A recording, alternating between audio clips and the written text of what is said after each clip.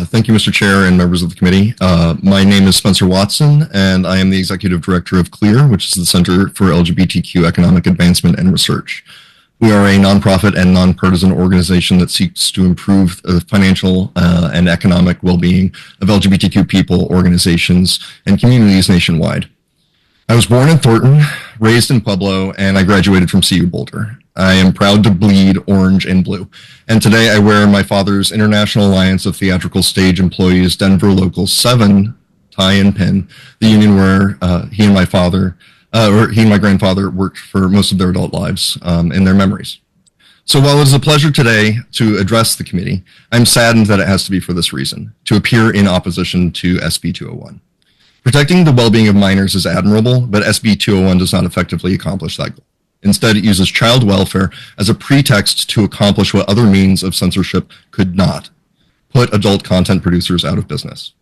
This bill's requirements for businesses and websites are staggering. Its implementation alone is too costly for many to comply with, meaning that they will simply cease operating in the state of Colorado or may cease operating altogether.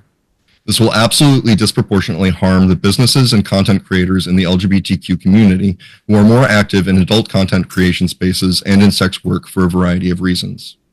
One 2014 Urban Institute study of sex workers in 5 major metropolitan areas, including Denver, found that 33% of sex workers were Black, 17% were white, 11% were Latinx, and 8% were multiracial. Most identified as women, including 19% who identified as trans women. And 1 in 10 transgender people reported to the National Center for Transgender Equality that they had performed sex work for income. These are the people you will be harming disproportionately. Not shady pimps or human traffickers, but everyday folks just trying to get by. Moreover, the ambiguity of what type of material might be included in the definition of a covered platform is shocking. I read from the proposed bill text.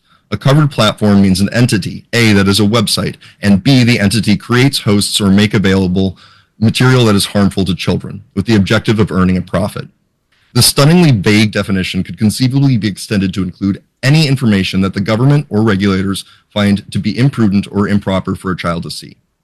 As I'm sure you can appreciate in this time when information about and access to gender-affirming care is being vastly curtailed in Republican states under the pretext of protecting minors, I find myself shocked to be sitting before a Democratic legislature explaining that protecting minors is no reason to limit access to any information for any reason.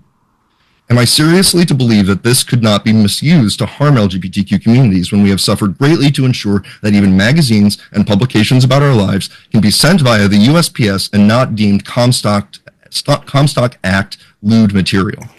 And who is to determine whether a nude image is pornography or not? It is not the role of politicians to explain pornography to children. It is a parent's job.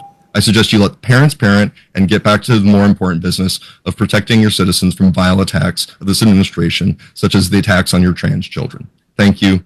I look forward to answering your questions.